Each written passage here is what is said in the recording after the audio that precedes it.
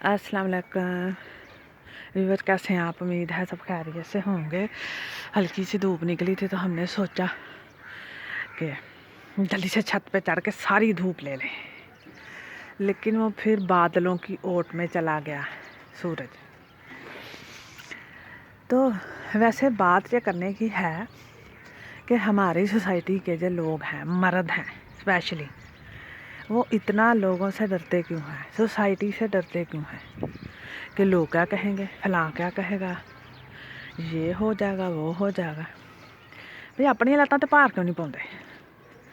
मतलब कि अगर आपको किसी से डर है तो आप उस तक अपने मामलात क्यों ले जाते हैं? पूछने की बात तो ये है ना। अगर आपको अपने घर वालों से या सोसाइटी से डर है तो आप अपने मामलात अपने तक रखें और हैंडल करें, उन्हें बीच में शामिल मत करें।